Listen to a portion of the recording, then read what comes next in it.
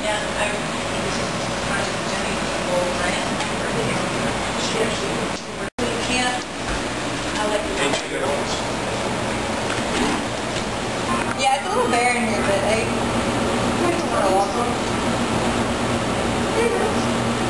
So they're going to start coming in about 10 minutes before the top of the hour. Which one's that? It's called Blancos. Blancos? Yeah, we got it. You shouldn't take your Nope, I don't mind.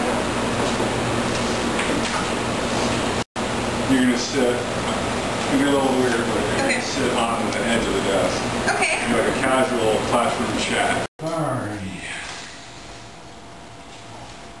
You still more excited about like the first day of school? Oh yeah.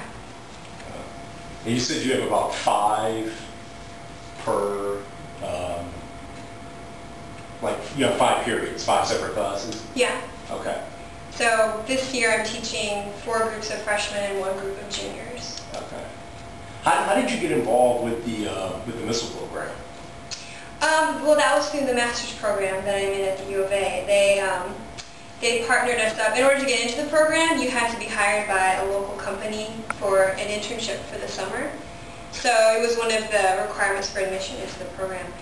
So basically, I submitted my application to the U of A, and they interviewed me, and then they sent our applications off to the various companies, and got phone calls or emails that, hey, we'd like to interview you. So I had an interview with Raytheon, and I got hired. So.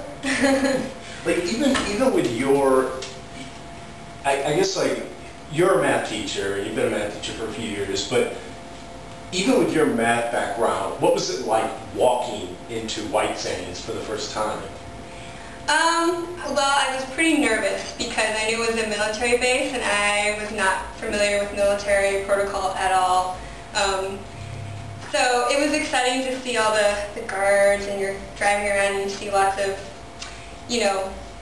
there were Humvees driving in the streets, so it was kind of weird, like, oh my gosh. But, and I had some experiences with the Navy, the sailors they call them, which took me a while to get used to because we weren't actually on a boat in the water, so it was kind of weird. But it was just a totally different experience. I had no idea what to expect. Challenges that they specifically have for, learning math, learning really complex math, and then taking that and trying to apply it in like college and a professional career. So I think the main challenges that I see my students when they come into my classroom, that I kind of touched on before, is really the identity. Okay guys, while we're getting the classroom set up, if your seat is available, please do sit down. For your reference.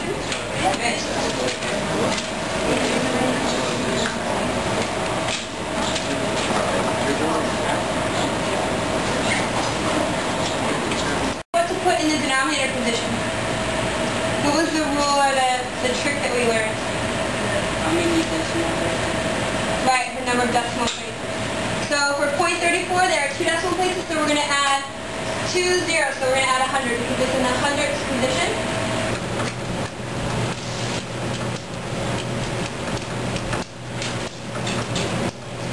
Round any number. And I think the most mistakes happen on rounding questions. So see everybody, round this number, the second decimal place. I'd like you to just jot your answer down. You can just write it on place like Lucas just said. So the 7 in the back, right, he's going to tell the 6 to move up to a 7. Now, do you understand decimal places? Why not? Because it's your face, and that's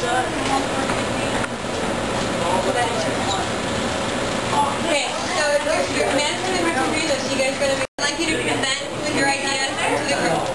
And Daniel's going to listen, and she's going to decide if she agrees with you or not. Okay? So can you share your example?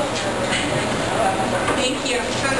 I've been dancing for 3 years. Okay. So you're pretty good. So do you guys have like a prom? You're not going up for the dance group? No, well, I couldn't because I listened to last